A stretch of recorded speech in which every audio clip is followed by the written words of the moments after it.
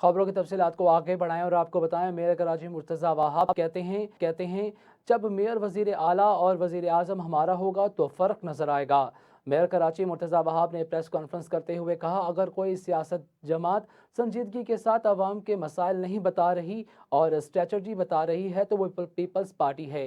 मुर्तज़ा वहाब ने कहा कि भूख और अफलास को कैसे ख़त्म किया जाए इस बारे में कोई बात नहीं करता, लेकिन हम आगे का रास्ता बता रहे हैं। पीपल्स पार्टी के 10 नुकाती एजेंडे पर मुझे यकीन है। इसके बरक्स पीपल्स पार्टी ने वो तरीक़ेकार वज़ा किया है कि किस तरीके से हम वे फॉरवर्ड पाकिस्तान की 25 करोड़ आवाम को इंशाअल्लाह देने जा रहे हैं, जिसमें मैं आपको बताऊंगा कि वो 10 नुकाती एजेंडा पे मेरा कॉन्फिडेंस क्यों है और आपका कॉन्फिडेंस क्यों होना चाहिए, क्योंकि मैं उसको लिंक करूंगा कि किस तरीके से पीपल्स पार्टी ने अगर आज ये ऐलान किया है तो माजी में हमारी क्रेडिबिलिटी है कि इसी ऐलान को हमने किस तरीके से फुलफिल किया था।